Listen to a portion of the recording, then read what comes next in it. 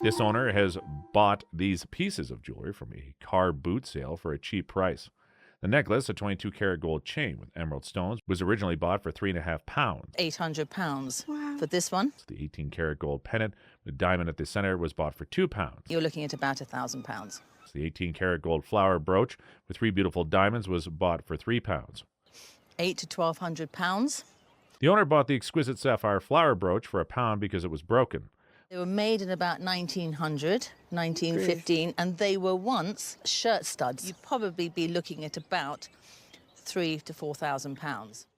Well, one of the 18-karat gold rings was bought from a shop 25 years ago for £1.5. The ring looks pretty much like an Allen Guard jewel. He's one of our, best postmodernist jewelers. You'd be looking again at about £3,000 to £4,000. This jewelry collection is indeed unbelievable. What? Good grief. Paintings are more than what you think, holding stories of generations past. A guest brought in an 80-year-old oil painting on canvas. It was originally owned by their grandmother and stored in an attic for 30 to 40 years. It had a different frame and a small spot. For the past 7 years, it had been displayed in a guest dining room. The painting had cracked from temperature changes. However, it was nicely restored and is now in good condition. It was by Richard William Hubbard, an artist from Middletown, Connecticut, known for the Hudson River School style. The guest recognized his name from a museum exhibit. Likely from Hubbard's peak years, 1850 to 1875, the painting shows a figure and mountains, probably the White Mountains. Its quality and condition are very good despite restoration. While examining the condition of the painting, the appraiser said, I would say for an insurance value, I would assign a number of $15,000. Oh, wow. More than I thought. A lot more than I thought. That's really cool. Yeah. This item is the dream of every yacht racing sailor. This yacht race trophy was made in 1930, and it's given to the winner of the Trans-Pacific Yacht Race, which is held every 2 years. I think it's run every 4 years or so, or used to be. I'm not sure it still is. He had the Enchantress, which won the race in 30. He had it for many years. He had a lot of boats, but that was his favorite, I think. Unlike many trophies that are just made from cheap silver and presented to winners, this particular trophy is the cream of the crop in terms of valuable trophies. The trophy has many important details attached to it. This one was truly a specifically commissioned piece of silver. It has this great boat finial with a sail on it. It's got these incredible mermaids blowing, which help make it easily identifiable as a yachtsman's trophy. If this beautiful Trans-Pacific trophy were to sell at an auction, it would retail at, I would estimate it for auction at $20,000 to $30,000. Wow, that's a lot. The guest brought his grandfather's flight jacket that had been passed down to the family for appraisal. On the back of the jacket, there's an artwork that should carry the name of the aircraft, but it is not so. The aircraft painted on the jacket is a B-17 because of the red markings on the wings and the leading edge to the vertical stabilizer. Another feature of the artwork that grabs attention is stabbing a dagger right into the heart of that swastika representing the Third Reich. Moving to the front, it shows it is an A2 jacket made by Star Sportswear, contracted in May of 1942. Prominent on the sleeve is the insignia of the 8th Air Force and the insignia of the 391st Bomb Squadron, which was part of the 34th Bomb Group. In the interior, the stitching of the insignia is seen, but is likely from a different squadron. The responsibilities of the 34th Bomb Group required tremendous skills, as in World War II, their job was to keep bombers in formation to ensure the protection of the aircraft. This jacket is well worn, as it should be, and has an estimated retail value as... Retail value for this today would be right around that $5,000 to $6,000 range. That's great. That's amazing. What we have here seemingly looks like a random music band poster, with brochures and a vinyl record on the table. The guest was a music promoter who helped create these promotional materials in the mid-1960s. These items played a significant role in the early promotions of the psychedelic rock band Pink Floyd, a famous English rock band formed in London in 1965, often cited as the greatest progressive rock band of all time. The band was in its early years pioneering psychedelic rock. The poster prominently displays Pink Floyd in bold, stylized lettering that catches the eye. Looking closely at the brochures, with their unusual and appealing design featuring band members Syd Barrett, Roger Waters, Richard Wright, and Nick Mason on them. These items are rare, especially the poster, despite its condition. This is not in the greatest condition, but hey, it's been around a huge amount of time. The unique brochure detailing the band's early years should sell for probably £500 to £800. This glamorous handbag was given to a mysterious person from London to the owner's mother-in-law despite not knowing anyone there, along with several items they got in the safety deposit box from the bank. We've not a clue where it's come from, who's left it. Is this gold handbag purse, possibly from the 1920s? Although it's made of solid gold, the elegant handbag still has a soft texture, and the segments open smoothly, revealing 9.3 carat mark inside. This gold handbag purse is estimated to have a value of £4,000 to £6,000. It's not bad, yeah, it's very good. These charming folk art paintings by Grace MacArthur, a local Michigan artist. They belong to the guest's mom, who even took her to Grace's studio as a child. So this picture was my mother's that I received. These are the 4 seasons. These were my mother's. Look closely. One painting even features a tiny bride and groom, a wedding gift from Grace herself. Appraiser loves these paintings. These capture a simpler time painted with love. Just like Grandma Moses, Grace painted scenes from everyday life filled with rich details. This wedding gift was likely painted around 1974, the year the guest got married. Yes. And then the ones belonged to your mother could have been before or after that? I think they were before. Okay. Regional art like this is treasured by people who connect with the scenes. Together, these paintings could be worth. These together, probably for retail purposes, would be about $2,000. Wow, that's neat. The guest is eager to know the value of her vintage bags and cases.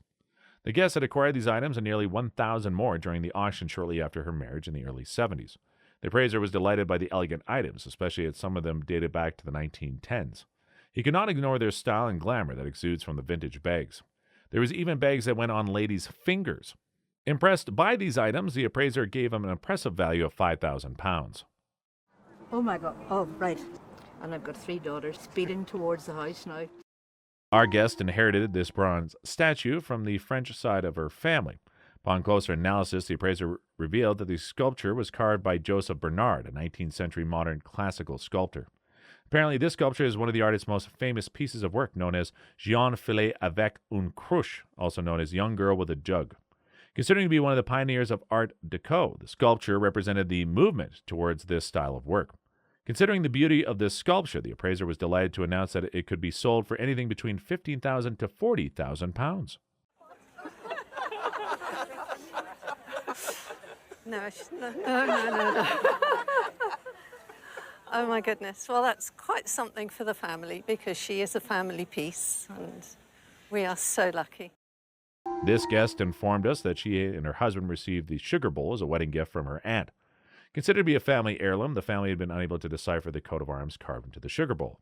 Furthermore, it's believed that the top wasn't the original one. Interestingly enough, the appraiser was quickly able to determine that the sugar bowl was made from American colonial silver. Even more intriguing, it was made by Paul Revere Jr., the silversmith and American folk hero. Considering what a fantastic piece of history this is, the appraiser valued the sugar bowl between $10,000 to $20,000 because it didn't have its original top.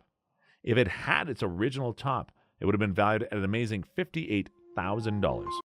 Guest brought a cabinet he inherited from a good friend, but had no knowledge of its origin or history. The furniture piece was identified to be from England and dated back to around 1810. The decoration on the piece was called découpage, made from tiny bits of cut paper. The paper was inked and applied to the wood, which was grain painted to resemble rosewood. The underside of the drawer revealed a swirly red and black decoration. The woods used in the piece were pine and beech, typical for small objects in England at the time. It was likely used as a small jewel cabinet in a lady's bedroom. Due to its artistic merit and market value, the appraiser valued it at... Probably at auction, you'd be looking anywhere from about $1,500 to $2,500. So. Okay. All right. Wonderful. The woman in the photograph is Lucrezia Borri, a renowned Spanish opera singer.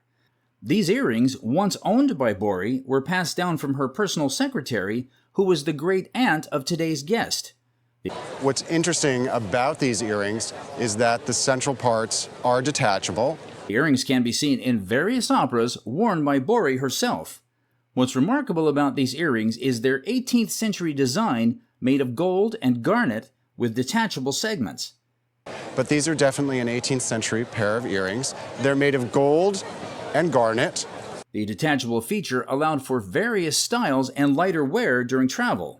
But you can see there are these little tabs on the back that are used to separate each of the corresponding segments. Despite the tops being later additions, the earrings maintain their historical integrity. The engravings and tabs enhance their uniqueness and charm. Considering their excellent condition and rich provenance, these earrings are valued at... I would say that you would probably want to insure these for anywhere between $8,000 and $10,000. That's amazing. Wow, thank you. Unbelievable. Guests brought a print identified as the Carousel from Max Beckmann's portfolio Die Jahrmarkt, the annual market.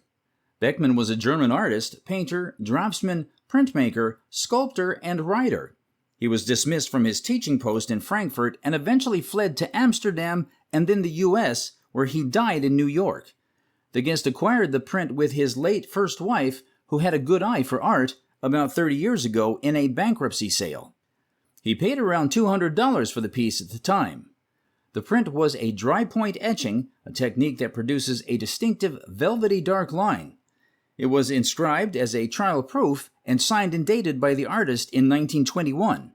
Acknowledging its cultural and historical significance, the appraiser estimated this print at... I would say conservatively at auction, I would place an estimate of $5,000 to $8,000. That's great. Thank you so much for bringing it in. Really made my day. I appreciate it. Thank you. This guest came to the show with 2 sets of Falk book form cases. The guest revealed that he received the gift from his mother's uncle, who was a world traveler with a great collection. The appraiser was intrigued by both French Falk books, the first of which was a Falk's book hiding a music box with a stunning decanter. The appraiser also confirmed that the second Falk's book was a poker set that came with an amazing set of shot glasses. He noted the items dated back to late Victorian to Edwardian period and was impressed about how the sets were in great condition. Impressed, the appraiser valued the box at $300 to $500, while the bigger one was valued at about $500 to $800. Excellent. Yeah. All right. Guest brought a painting that her grandmother purchased at a yard sale in the 1960s or 1970s for $35, recognizing it as a William Aiken Walker piece. The grandmother felt guilty for buying it so cheaply and left it to the guest when she passed away.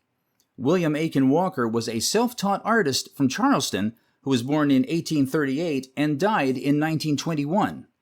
Walker was wounded in the Civil War and later settled in Baltimore, where he did most of his work. The painting was dated to between 1870 and 1890, and it was an oil on board. The painting's subject was a woman with a big smile, and Walker's work often depicted emancipated slaves and reflected a significant period in American politics. The appraiser suggested that the painting could benefit from a cleaning and noted that the varnish had yellowed. Acknowledging its beauty, history, and rarity, the appraiser estimated the painting's value at... an auction range of somewhere between $5,000 and $8,000. Really? But it's so little. I mean... It features a collection of items from the World War II era. Among the exhibits is a painting that portrays the guest's mother, celebrated for her heroic act of sheltering her. She felt it was the normal thing to do. A Jewish journalist in her home during the war. The painting was created by an artist for whom the guest's mother chose to model. Additionally, a photograph of the guest's mother with her grandmother is also showcased. Given the superb condition and notable provenance of the piece, it is estimated to be worth... It is worth between £5,000 and £10,000. Wow. It's an amazing painting, regardless of the painter. The treasured family heirloom for about 150 years, is a significant piece of history. Quite fascinating, this piece belonged to Lewis Ellsworth, who was the first IRS agent for the District of Illinois, appointed during the reign of Abraham Lincoln. The document, signed by Lincoln himself and by Salmon P. Chase, then Secretary of the Treasury, dates back to the Civil War era. When I read this text, I was a little bit surprised to see that it was for a collector for Internal Revenue. Interestingly, this appointment document is a bit of a historical surprise. Many assume the income tax began in 1913 with the 16th Amendment, but in fact, the first income tax was enacted in 1862 to fund the Civil War. It lasted for about 10 years before being repealed due to its unpopularity. Despite its historical significance, documents like this tend to sell for less than other Lincoln-signed documents. While a typical Lincoln military commission might be worth more, this IRS appointment is valued at A traditional Lincoln document, a military commission, let's say, might sell today for $5,000 to $7,000. These sell for more in the range of $3,500 to $4,500. Oh, yeah. Thank you very much, though, for bringing it in. Two items are presented today, a vintage New York Yankees team sweater and cleats once owned by Wally Pipp. Pipp played first base for the Yankees for 11 years in the MLB. This sweater, dating back to the 1921-22 era, was given to team members and has been preserved within the Guest family. The team handed out team sweaters. Apparently during the day it was very common for clubs to have these. They did a lot of traveling. I think they were traveling by train. There's pictures online of Babe Ruth wearing the same sweater. The second item, Pipp's game-worn spikes, also adds so much to the collection's value. Just like early baseball cleats, this one too was made of leather with metal spikes. The sweater, one of only 3 known to exist, is estimated to be worth $75,000. Wow. Wow. The spikes, despite their worn condition, hold an insurance value of I'd put a value on those for insurance purposes at $2,500. The history and rarity of these items significantly enhance their worth and historical significance. Before us is an oil landscape painting that nostalgically reflects rural life. The Guest inherited this painting on copper as an heirloom in the 1940s. But when you go close in, you can see the details on their face. It's absolutely fantastic. And you have the usual dog there. That's quite usual to see in these pictures. The detailed figures in the painting draw inspiration from 17th century works of Pieter Bruegel the Elder, a Dutch painter, generally considered among the significant artists of the Dutch and Flemish Renaissance painting in the 16th century. The painting features buildings with a distinctive Flemish architectural design. What sets this painting apart is the use of copper as its medium, which artists favored for its smooth surface that allowed fine details and vibrant colors. When I looked at this, the first artist I would have come up with is Joseph van Brodel. So at auction, this culturally significant artwork, inspired by an artistic genius, would fetch I would put a value on this, certainly, of £40,000 to £60,000. Windows are more than just portals to the outside world. They can hold stories of history and honor. The stained glass window brought in by the Guest is a special item. It dates back to the Civil War era. It's connected to the Grand Army of the Republic. This was a group for Union soldiers formed in Illinois in 1866. The window is beautifully made with an eagle and colorful flags as its main features. The top half of the window is especially eye-catching, showing incredible attention to detail. It also pays tribute to fallen heroes and the local Legion post in Sterling, Nebraska. This stained glass window is unique and valuable because of its history, intricate design, and connection to the Grand Army of the Republic. While examining the condition of the stained glass window, the appraiser said, I would say for, full retail, which would be an insurance value, for this part, the top half of the two-piece sash window would be $5,000. Before us is an exquisite Cloisonné panel acquired by the Guest's grandfather during his time in China. What do you think he was doing in China? I think he was an engineer. And he was in China in the late 19th century, maybe early 20th century. This remarkable piece was gifted to him around the 1900s by a Chinese emperor. Upon close inspection, we can see delicate gilded lines known as cloisons. The panel features intricate depictions, including aged figures sitting and playing a shang, as well as another group engaged in a game of Wei Qi. In the background, a vibrant temple complex stands surrounded by stylized rocks, adding depth and color to the scene. Despite its beauty, the surface shows signs of pitting, a natural consequence of aging. At auction, this symbolic piece of Chinese history is estimated to be worth... No idea. Let's try $70,000 to $100,000 at auction.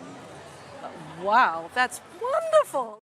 Guest brought a porcelain plaque that had a prominent place in his childhood home. However, his kids were intimidated by the painting as its eyes seemed to follow them around the room. The subject's direct gaze from her beautiful blue eyes created a striking and unsettling image.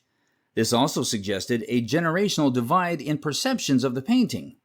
The painting was titled Daphne, and it was dated back to 1830. The piece was identified as a KPM Wagner porcelain. The appraiser praised the painting as wonderful and startling, estimating its value at... It really is a wonderful and startling image. In today's market at auction, you would expect to have it bring around $7,000 or $8,000. We don't often see paintings of barns like this one, but that's what immediately makes this painting appealing to a wide range of collectors. The painting was drawn by artist L. McGill, but it is a copy of the work of another painter called Walter Hunt, who was known to have a fascination for drawing beautiful barnyard scenery. And he's known for this very soft focus, and very fuzzy things, and all the different textures. And you see that here in this painting. You see these calves, and you almost want to come up and touch that fur that they have on them. This painting is well drawn and detailed to represent different animals. The painting was made in 1915 and is an oil-on canvas. This is a beautiful painting and scenery, and at auction, it would retail at... I would think it's probably worth about $8,000 to $12,000 at auction. Wow. These are sketches drawn by Michael Jackson during the 1972-73 school year when the owner was an art class with him in Encino. The sketches feature a signed Charlie Chaplin drawing and a woman believed to be Jackson 5's tutor. And I asked him who it was, and I couldn't remember who it was. And I had an opportunity to present these pictures to Jermaine Jackson, and he told me that this looked like one of the tutors that they would go around on tour with. Michael Jackson signed both sketches when the owner's father told her to ask him. And so I got home and my dad said, that should probably be signed. And he sent me back to school and I had him sign it, and he just picked up a crayon and signed Michael Jackson. It's believed that the Chaplin drawing was a very special sketch since Michael Jackson often compared himself to Chaplin throughout his life. In 1995, he recorded a Chaplin song called Smile for his History album. The appraiser also emphasizes the size of the sketch and the clear signatures. A couple years back, there was a painting by Michael Jackson, he did at the age of 9, of Charlie Chaplin, and that did all right. But these are larger, they're very clear. The signature on both of them is very nice. Which gives the sketch's auction value between $8,000 and $10,000. Oh, that's great. That's awesome. Thank you. The guest brought in 2 original New Yorker covers by William Steig for appraisal. William Steig was known to have created Shrek later in his career in 1990. He specialized in writing children's books and was a successful cartoonist and writer. This piece dates back to 1956, one of his earlier works characterized by street-smart kids looking at young ladies. Moreover, this second piece is by Mary Petty, made in 1942. It features a maidservant with her gas mask on, even though it looks like a bug. Due to its area of discipline, all original artwork, such as the New Yorker cover, is valued at $2,000 to $3,000. However, a William Steig New Yorker cover, because he is well known, is sold for $3,000 to $5,000. But Mary Petty is not well known and would be at the top end of... I'm going to go with $2,000 to $3,000, but I think it would certainly be the top end of that. Oh, great. Yes. I'm really happy. Thank you so Absolutely. much. Thank you. This cherished item was brought by the owner's great-grandfather, who worked as a buyer for gimbals in the late 1930s when he returned from an overseas travel. Acquired in 1936 or 1937, this chair, initially thought too costly for a child's toy by Gimbals, was actually a salesman's sample. It's a salesman's sample, meaning that it's a small version of what would normally be a normal-sized chair. The design, dating back to the mid-1930s, captures the essence of the machine age with its sleek curves and streamlined aesthetic, departing from the bulkier chairs of the past. The chair had a brief production span from 1930 to about 1940, since World War II began. This salesman's sample chair is a great piece for modern collectors. They're willing to pay its price in an auction. Auction today, you're probably looking at, for this chair, in the $2,000, $2,500 range. The guest presented the show with a thank you gift from a dear friend, Remy de Hanin, the mayor of St. Bartholomew. De Hanin was a pilot who flew from island to island looking for the spoils of sunken ships in the area. After coming across a sunken ship, he explored it with the world-famous Jacques Cousteau. This was intriguing to the appraiser, who commented on the time and effort spent by Cousteau on similar expeditions. The appraiser was intrigued by potentially 17th to 18th century earthenware pottery.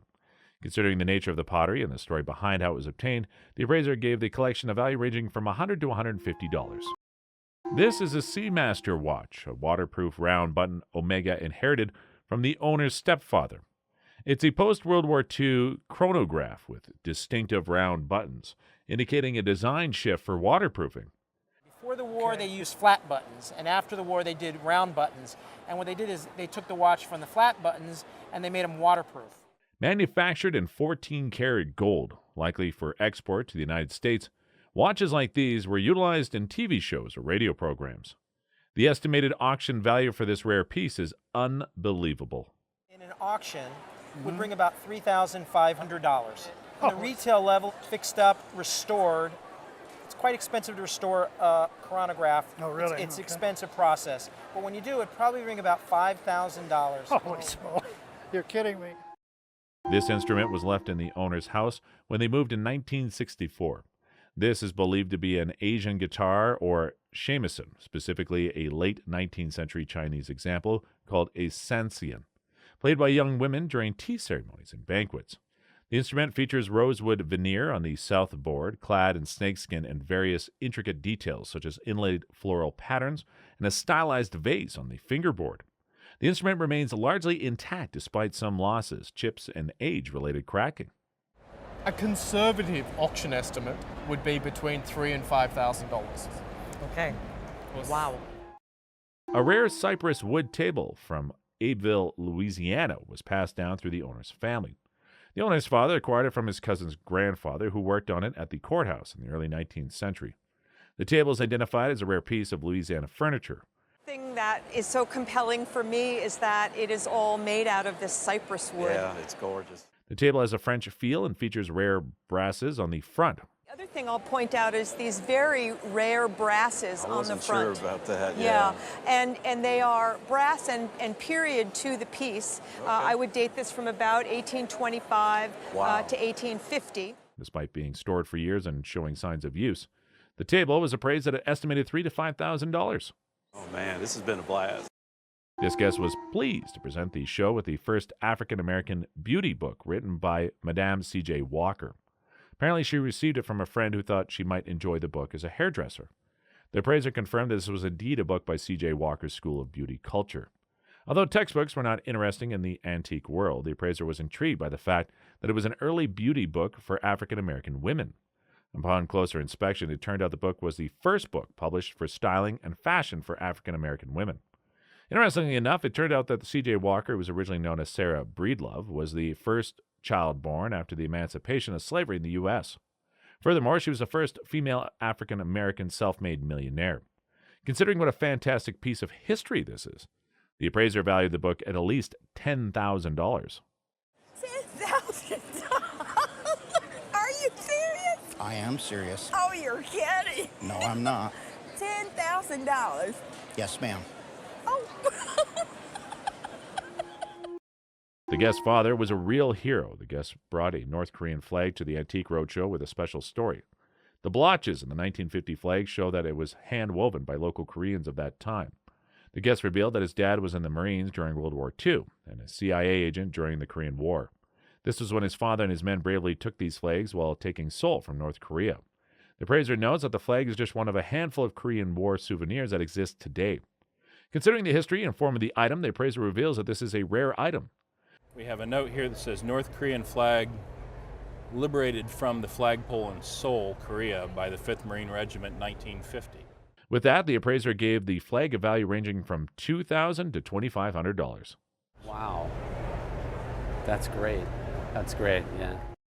This artwork, created in 1959 as a watercolor and gouache painting by Jimmy Ernst, obtained by the owner as a gift from her husband's drawing professor, who purchased it directly from Ernst during the artist's mural work in Nebraska. The owner received it with the number 20 on the back, possibly indicating a $20 purchase price. This piece has a historical context, as Jimmy Ernst, son of the renowned surrealist painter Max Ernst, who played a significant role in the art world. Born in Cologne, Germany, Jimmy later moved to the United States, working at MoMA and serving as Peggy Guggenheim's personal assistant. So at that time, he finally decided he wanted to become a painter, but he would do it in his own way. With a growing interest in decorative arts from the 1950s, Jimmy Ernst's work surely is valuable. The value would be $5,000. That's nice. This delicate vase, exhibited on the show, was acquired by the guest's mother at an estate sale in Nebraska 50 years ago. It was the estate sale of the law partner of my grandfather, who had done a lot of traveling, and we picked up a couple things, and I was about 5 years old. It is a hand-molded piece of California faience pottery. The vase features a unique blend of Spanish Mission and Art Deco styles. Spanish Mission, the bright colors. Yeah. And Art Deco when it starts being a little bit more machine age. Additionally, it boasts a large, rounded vegetal shape with a prominent pod at the front. On the underside, it bears the California faience mark. Dating back to the 1920s to 1930s, the vase is in remarkable condition. We can expect this well-preserved and beautiful vase to sell for... This might bring from $1,000 to $1,500. That's great. That's great. My mom will be thrilled. Today, we will be discussing with one of the Roadshow appraisers a collection of jewelry known as mourning jewelry.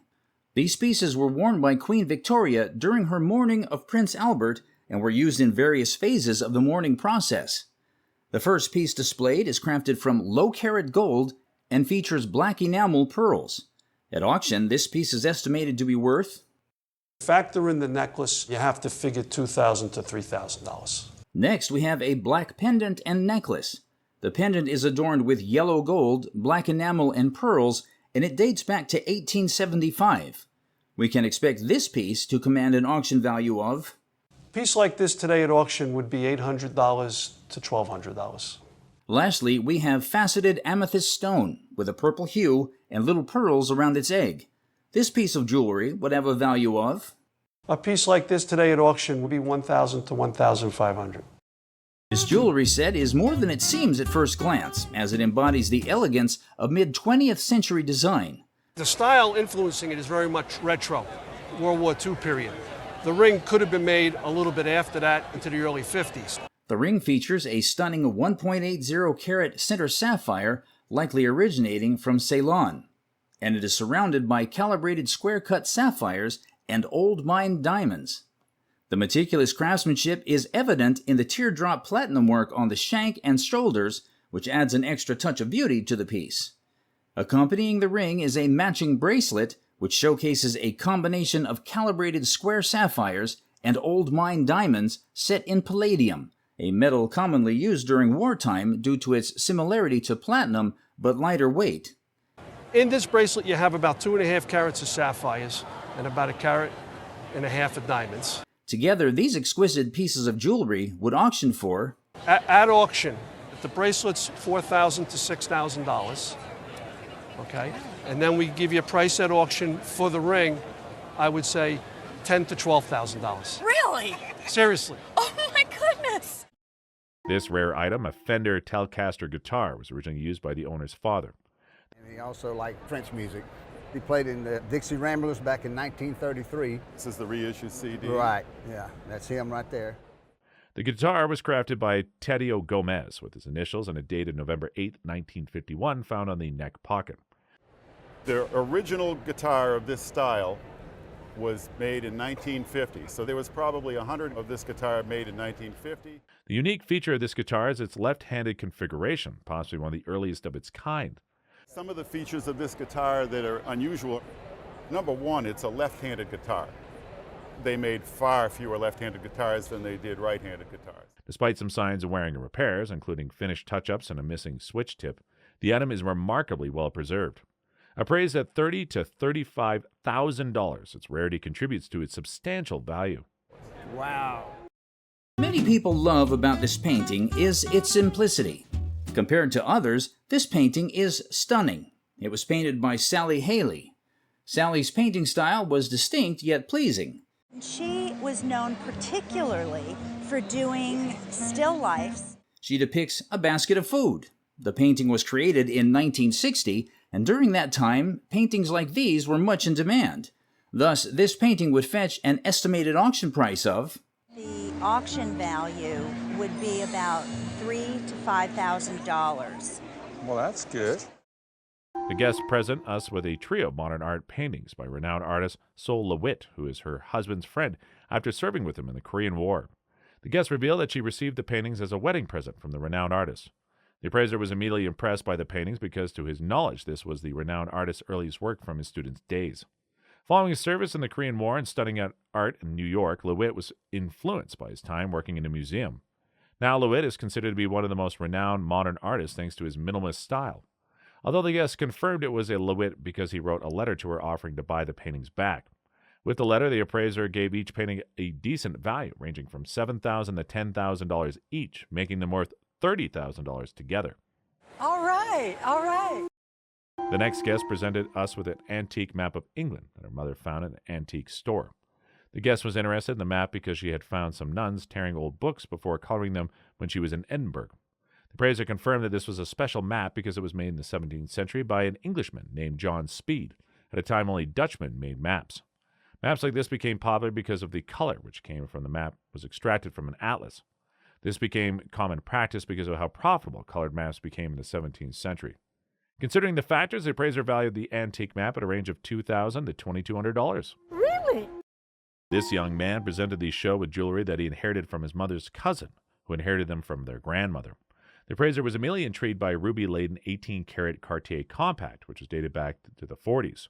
That didn't stop her from noticing the second item, an Art Deco black enamel Cartier compact, which dated back to 1925. The third case was even more interesting because it was an Ostertag Meander, which dated back to the 1930s. To the guest's delight, the first Cartier compact was valued at anything between $3,000 to $5,000, while the black Art Deco case was valued at a range of $6,000 to $8,000. Finally, the Ostertag Meander was valued at a range of $15,000 to $20,000. That's amazing. This woman brought an ancient Chinese mushroom called lingxi. She was a collector of Chinese and Japanese stones and was able to purchase it from another collector for just $40. She didn't even know what it was and just thought it was a beautiful natural piece. The appraiser revealed that the lingxi came in multiple sizes and is associated with health and long life. Be it painted porcelain, carvings on jade, images and paintings. It has a connotation of long life. This is a fantastic sample because of its unique fan shape and texture, which connotes its age. You can see the back of it has that kind of color that you see on a lot of mushrooms. They come across such a nice big specimen. To the guest's delight, the estimated value of the ancient mushroom ranges from an unbelievable $800 to $1,200. Fabulous. Wow. This mysterious print needs solving. The guest has no clue what it depicts, but the appraiser cracks the code. It's a historic moment. Printed in 1870, it shows African American troops celebrating a victory.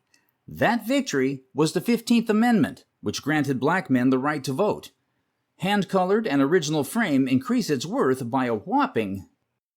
Looks like it's the old glass, just a very nice package. Value around $2,500. Really? Now its updated value has plummeted to a mere $1,800.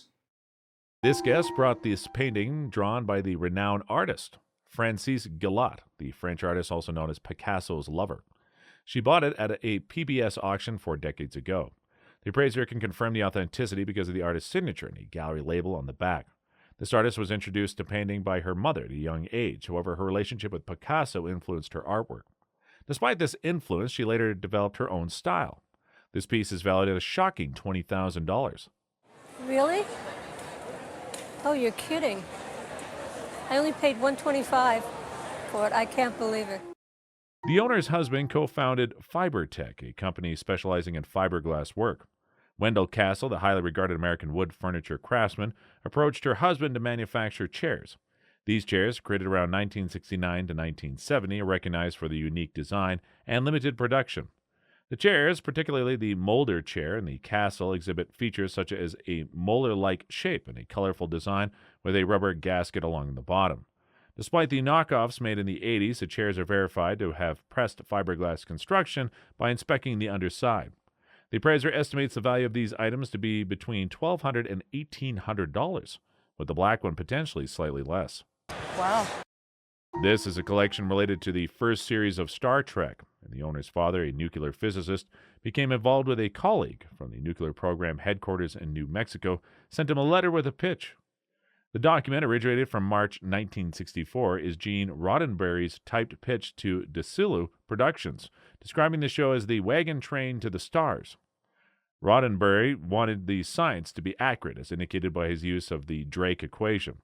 The owner's father, being a scientist, noted corrections for the formula. We have notes here. Temporary get correct formula. When he was sort of a real stickler for science, and he knew that he would be too picky and he wouldn't let some things go by. And secondly, he really didn't think it would go anywhere. The estimated value at auction for the document is $4,000 to $6,000. But not having another one to compare it to and not knowing how many are out there, it could go for $10,000 to $15,000 on the day. Additional items in the collection, such as the original script and Roddenberry's letter, adds to its overall worth, with the script selling for $200 to $300 and the letter for $100 to $150 individually. High stars. These items were acquired by the owner at a garage sale and are linked to the silent screen star Clara Bow. Among the pieces is a Cartier Hermeto purse watch, meticulously handmade with enamel detailing, and features Clara Bow's name. There's also an anklet given to Clara Bow by her lover, Warren Burke. A small note was also found inside, revealing a message from Daniel Freeman to Clara Bow on her 22nd birthday, dated July 29, 1928. He stole these items from Clara Bow. You won't believe how much these items were valued. $3,000 to $4,000 for the whole series. Wow. We are presented with a group of photographs which the guest bought at a flea market in Castro Valley, paying $1.65 for them. These are original prints from the American photographer Ansel Adams. Looking at the corner right of the Nevada Falls print, his signature clearly appears in ink below the photograph, which is typical of the display and presentation of Ansel Adams prints. Also, at the back of the mount, each has a hand stamp without a zip code. Zip codes were introduced around 1963, so the print date on the photographs could actually be as early as late 1950s. Although, as time went by, Ansel later didn't sign his name on prints and would only initial them to get show authorization. At auction, this group of modern prints, originally printed by the American photographer, will be worth... At auction, this group of photographs is worth $15,000 to $25,000.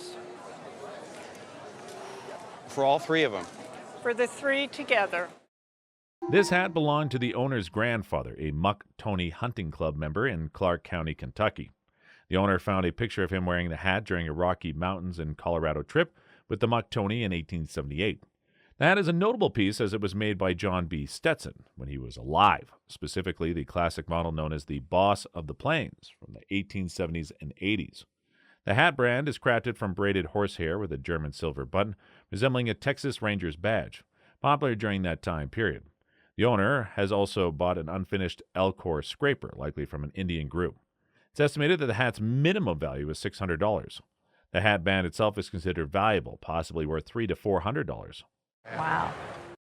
The owner's mother, who studied architecture and design, discovered this set in a classified ad in the Detroit News. The furniture set is called Melittle and was produced by Knoll International from 1966 to 1968. The designer behind this line is Roberto Mata, a Chilean artist known for paintings that sell for millions of dollars. The Melittle line features polyurethane foam with a con covering, showing the experimentation with new materials during the 1960s. Similar sets in better condition can retail for around $300 to $3,200. But unfortunately, in this condition, with the staining, for about half of that, about $1,200 to $1,500. The owners started to collect these at the age of 12, acquired outside team hotels and on trains rather than outside the grounds. The owner built an impressive assortment of autographs from notable football players.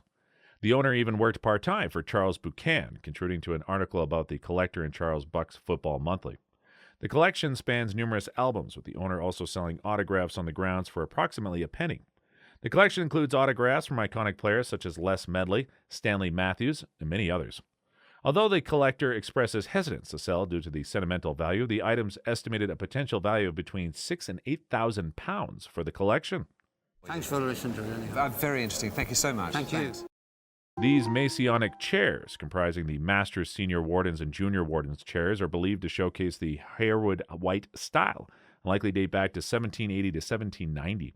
The design, with its curved back rail, acanthus leaves, and Prince of Wales feathers, is reminiscent of fashionable London styles in the 1780s. The large chair is estimated to be valued around £7,000, while the two smaller, slightly different chairs may be worth £10,000. Another interesting item presented is a unique auctioneer's gavel with a whistle dated March 1877, passed down through the owner's family from their great-grandfather, who was an auctioneer. It must be worth well over £1,000. They want it. The owner, who is also a painter, has collected a group of astounding artworks.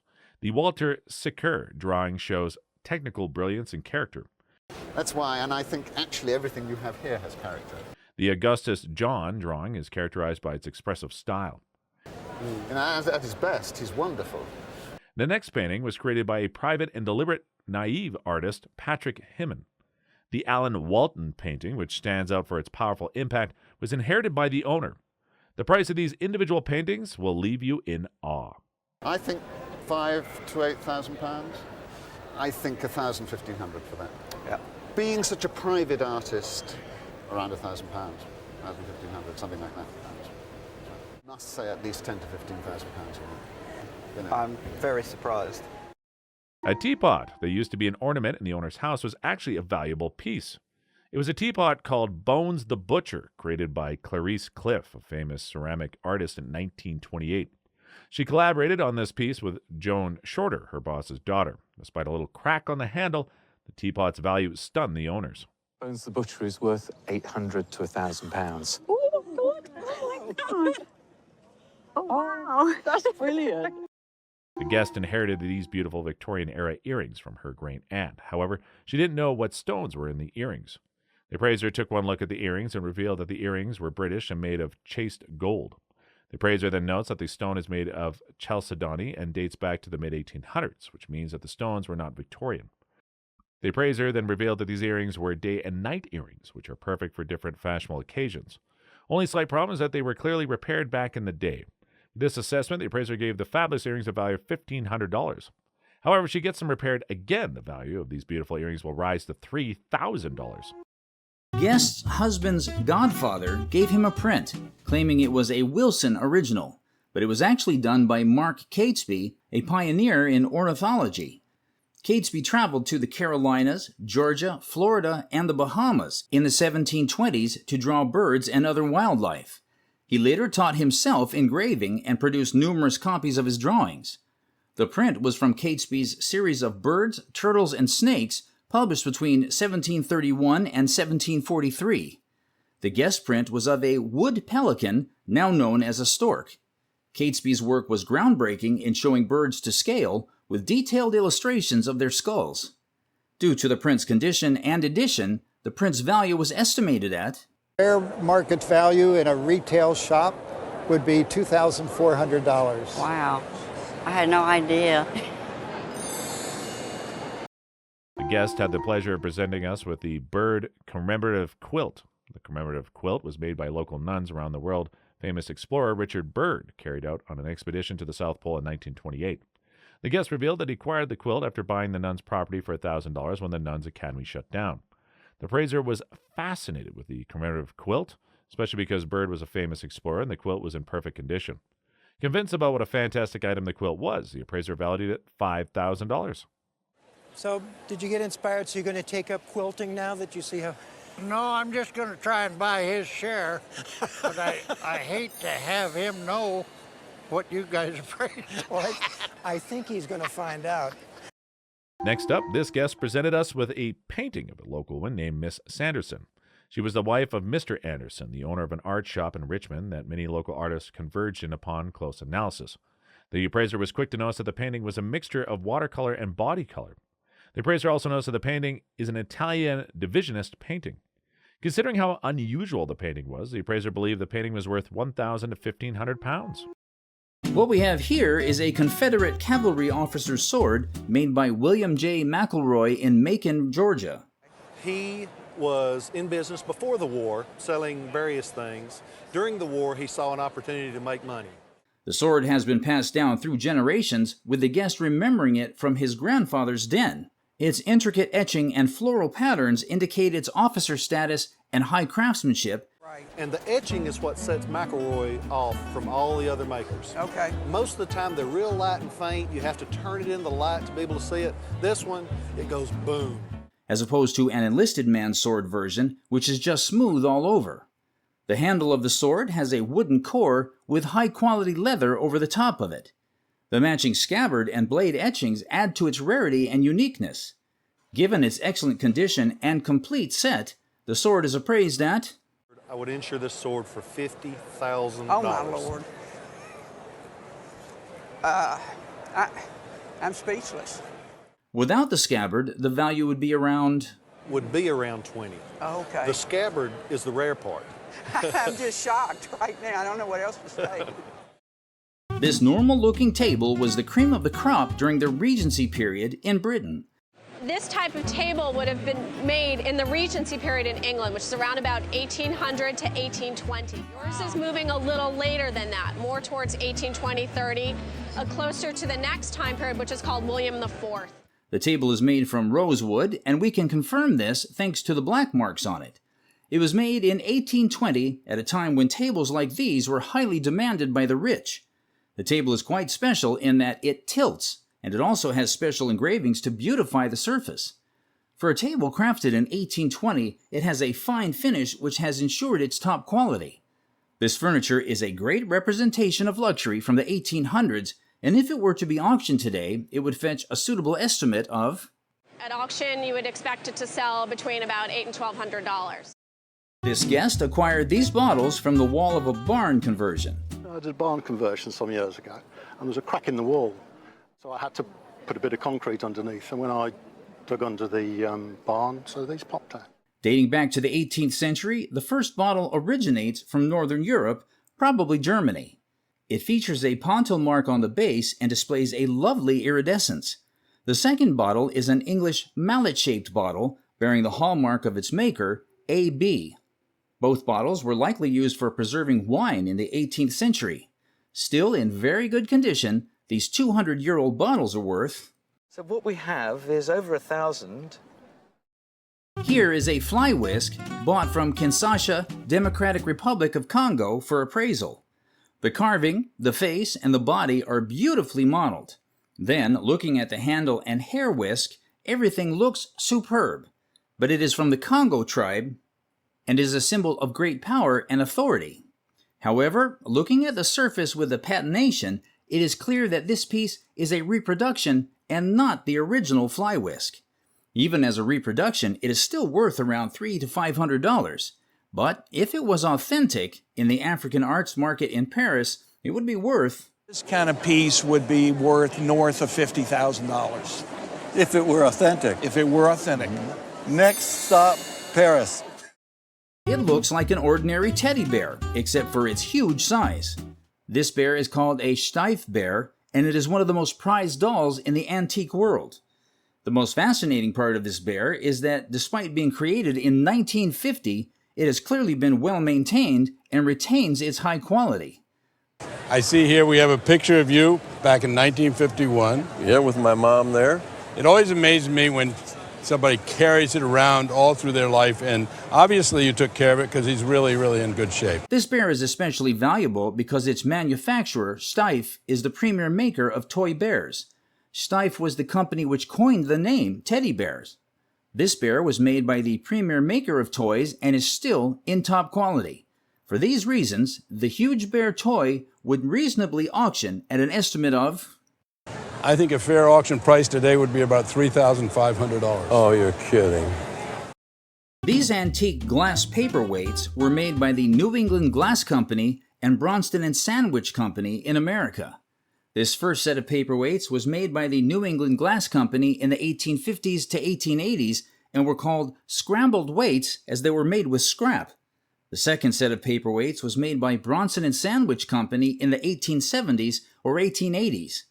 These paperweights are different from the first paperweight because of the Nicholas slate walls and rose center, which is French. Also, the value of these paperweights differ. While paperweights from New England sold for $200 to $300, that of Bronson & Sandwich sold for $1,500. There is another set that is different from the other sets in design. One was made in New Jersey with a crippling tool from 1905 to 1915 by Ralph Barber for family and friends. The last one was made by Emma Larson in 1940 for commercial purposes. In a retail shop, the Emma Larson paperweights would sell for $3,500 to $4,000, while the Ralph Barber paperweights considered the best would sell for, in a retail shop, between $4,000 and $5,000. Wow. Well, this is really interesting. Thank you for sharing the history of these American glass paperweights. You're very welcome, Mark. A 1936 Olympic torch was carried from Athens to Berlin through Hungary. The guest's late husband got it from the family of the person who carried it. This torch has a beautiful Art Deco design from the infamous 1936 Berlin Games. The Nazi Games of 1936 in Berlin, where Hitler aimed to show Aryan superiority, but Jesse Owens won 4 gold medals, becoming an American hero. This torch is polished stainless steel, and it's rare to see one with the holder and the remaining incendiary device. And this is what's left. Generally, when you do see these, you don't see this piece with it. And the incendiary device would have been right up here. Made by Krupp, a company that armed Nazi Germany, these torches are now scarce, as many were melted down during the war. This torch, in beautiful condition, is estimated to be worth, I would estimate it somewhere in the $3,000 to $5,000 range. Wow. It's wonderful. I know. It's a pretty piece. It's a wonderful piece of sports memorabilia from a significant historical period. This late 19th century French censer, inspired by Chinese design, has been cherished in the family for 3 generations. Originally purchased in Buenos Aires, Argentina, it showcases the form of a 17th century Wusai censer, but is crafted with distinctive French artistry. The piece is made by Samson, a renowned French pottery manufacturer known for their high-quality ceramics. Although it isn't as valuable as an authentic 17th century Wusai censer, it remains a very fine example of 19th century French craftsmanship, and it's worth, at auction, I would figure $4,000 to $6,000 for this. If you had the Wusai piece, it would be probably $15,000 to $25,000. This painting is a splendid outdoor work of art. The masterpiece was painted by Philip Russell Goodwin. Goodwin was known for enjoying painting the outdoors, and this work provides a great example. The painting is an oil on canvas, highly detailed to bring the scene to life. This piece was made in 1910, a time when Goodwin wasn't quite popular yet. With its ingenious outlook, it is called Landing a Beauty, and it depicts 2 sportsmen about to net a fish. So he kind of began his career as an illustrator.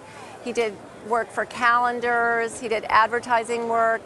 The painting is special because it captures a dramatic moment. With its alluring qualities, this painting is highly valuable and would fetch an auction price of, I would think that in a retail gallery, it might sell for about $125,000. Oh my God, I won't have to live with my kids for that much longer. So, yeah, a retail gallery. So where is a retail gallery? A family heirloom with a rich history was brought to the show. For 70 years, the kids used to get in it and spin around. And when they got too big, then they couldn't spin in the bowl anymore. I hear that story often. That's very fun. Which the guest acquired from her husband's grandmother. This is an ancient Hawaiian umeki poi calabash. These bowls are made in Hawaii and are unique in the Pacific. The best of these koi bowls copied the gourd, and this has a wonderful organic form. It rests on a point, and it just seems to float on the table. Its walls are very thin and are cut out of the crotch of a tree, showing 3 different cores. You have a core here, you have a core here, and you have a third core, which would probably be the branch of the tree here.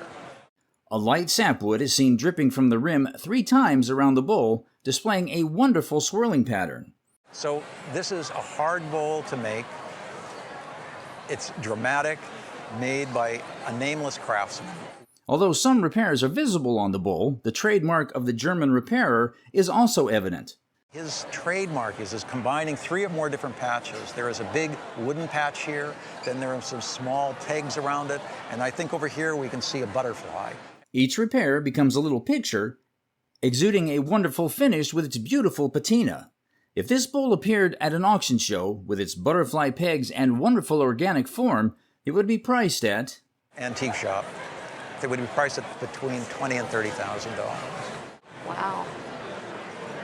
I think that's amazing. I was too rough with it. I'll have to treat it more kindly. We have a remarkable artifact before us today, a majestic pipe tomahawk. Our guest got an amazing deal buying this rare piece for a fraction of its value. This extraordinary piece is a testament to the rich history of Native American diplomacy and craftsmanship. I think as a tomahawk, the handle's a little weak to use as a tomahawk, but the Plains Indians and tribes all throughout the southern U.S. carried these as signs of authority. With its beauty, rarity, and outstanding condition, this impressive piece would realize an auction value of... They go for between $8,000 and $12,000 in an auction situation. This collection would be a dream come true for almost every baseball fan, because not only does it contain scouting notes, but it also contains baseballs signed by legends. One of the baseballs was signed by arguably baseball's greatest player, Babe Ruth. There's also another baseball that was signed by the players of the Tokyo Giants baseball team. And this baseball was one of their official baseballs. That's why the color is a bit different. Right.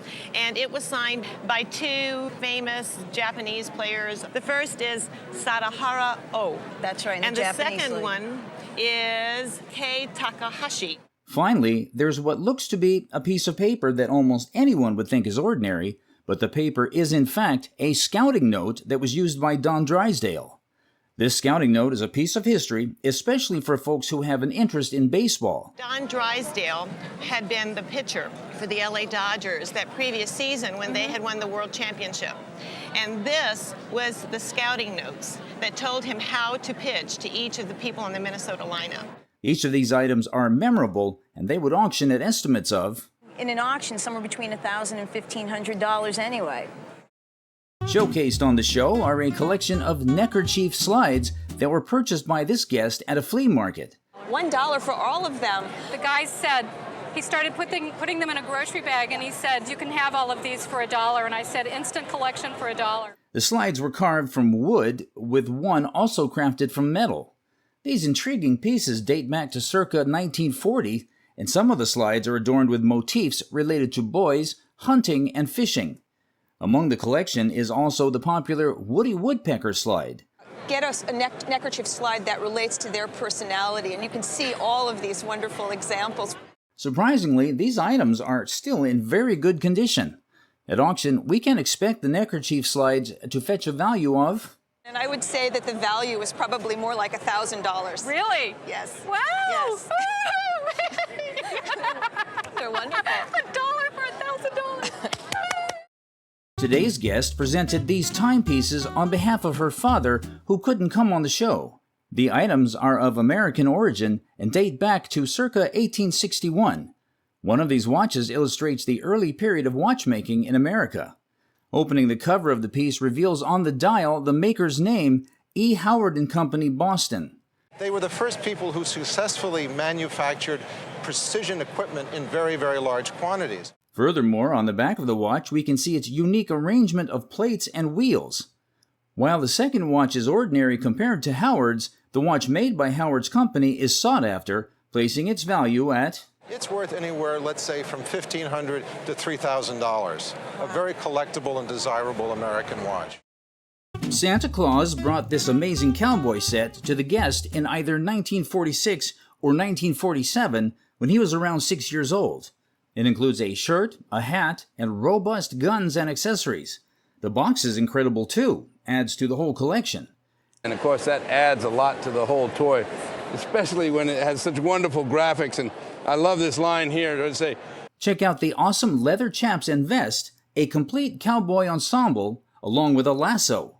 This set is a rare find, likely worth a fortune, with a fantastic story and truly a treasure. Appraiser estimates its value to be, I think this set could be $8 to $9, maybe $1,200, because you just don't find them in this kind of condition.